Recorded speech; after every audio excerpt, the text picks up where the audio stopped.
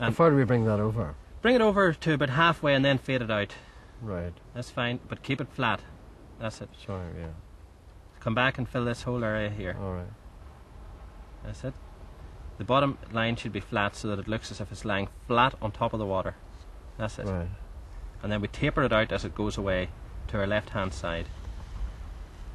Keep your lines horizontal as you come across. That's it. Yeah. Yeah. Now, can I just take that for a second? You know, below that wave there, just so that you leave nice, like speckle on the water. Now, there's really very little left to do, but if you look out there on the sand, you can see where the tide's just going out and the sand is still wet, and it gives lovely reflections of the green of the far background hill reflecting on the water. Yeah, yeah. So how we do that is a mixture of ultramarine and Windsor yellow, and we start here and we just fill in that area with that dark greenish blue, and we just bring that across.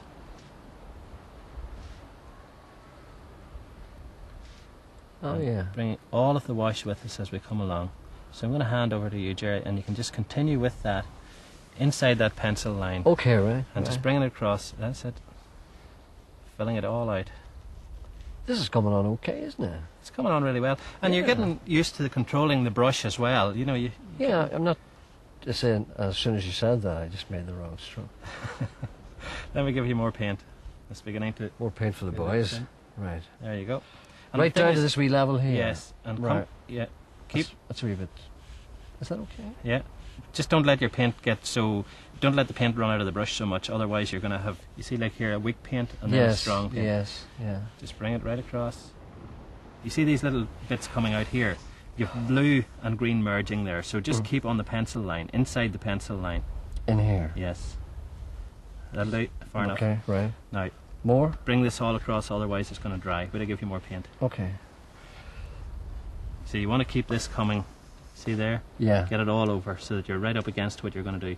And then bring those little bits out there. Aye. That's where the blue and the green are merging. Right. So you have this little one at the back. Like fingers coming out into the water. Don't cover the spaces. Right, okay. That's plenty. Now down here we have a little dark line along the front of the leading edge of the water. Okay. But keep that broken. You have some froth there as well. That's it. Skip a bit, miss a bit. You don't want two even spaces though, do you? That's it, yeah. That's lovely.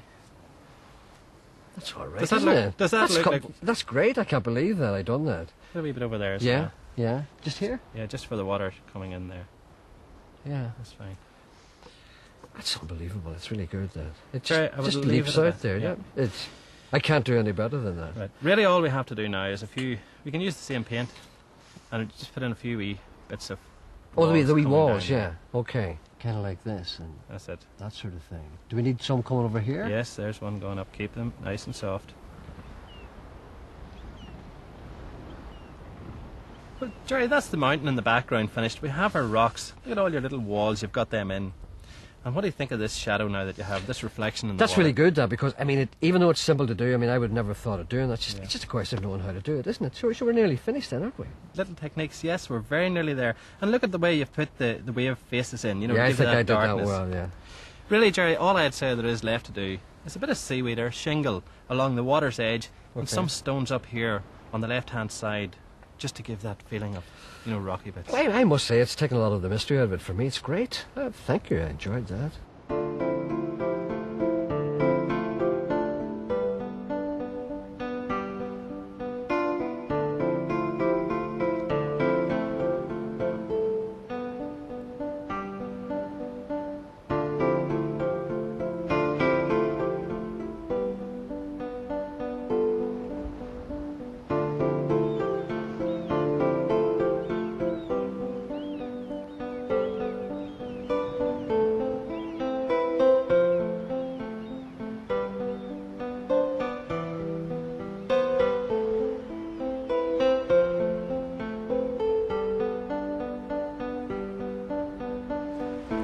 Well, Gerry, the painting's finished, our day's work's done, and here we're on the hillside overlooking the beach that we've just painted.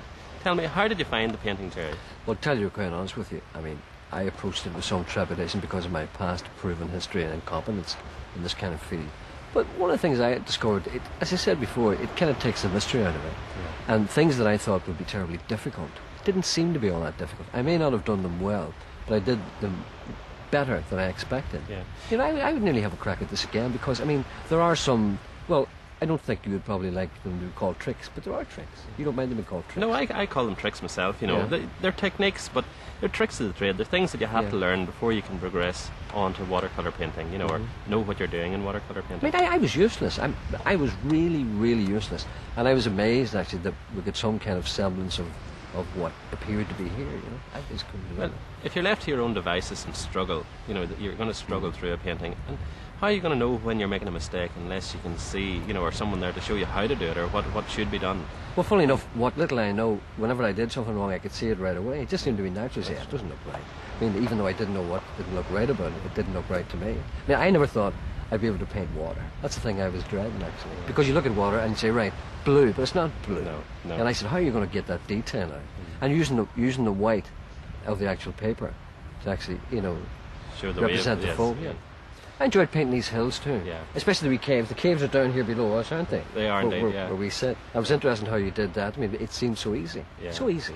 I think I would I never thought I'd hear myself saying that I'd probably think about picking up a paintbrush again. But I think I probably would try it. Yeah. Well, actually, Gerry, I was here earlier on in the year and painted a picture of the very same scene.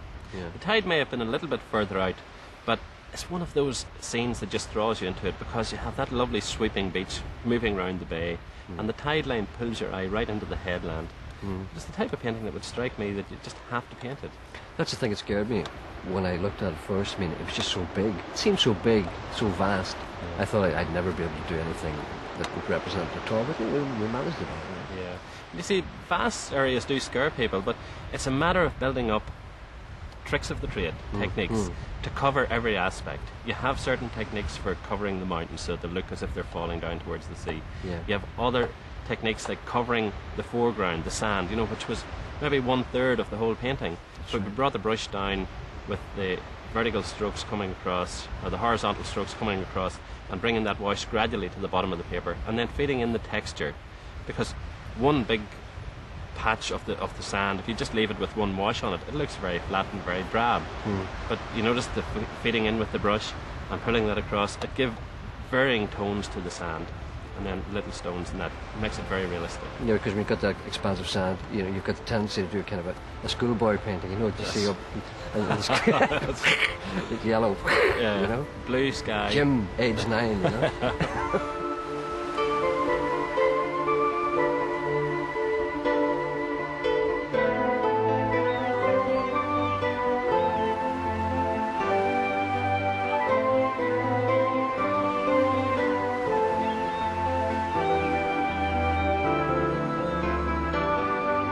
And while Gerry ponders his newfound talent for painting, I'm off on my journey once again in search of more spectacular scenes to paint in Donegal.